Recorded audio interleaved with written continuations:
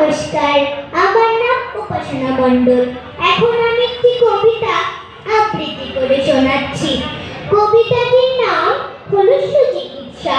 লিখেছে কবি সুকান্ত ভট্টাচার্য।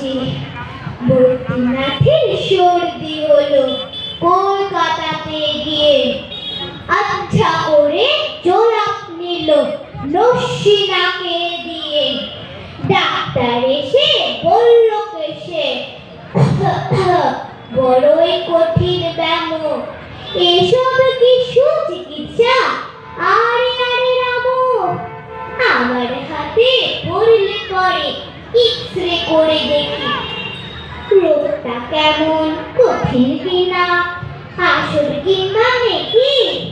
থার্মোমিটার মুখে রেখে সাবধানে থাকো, আইস প্যাকটা মাথায় দিয়ে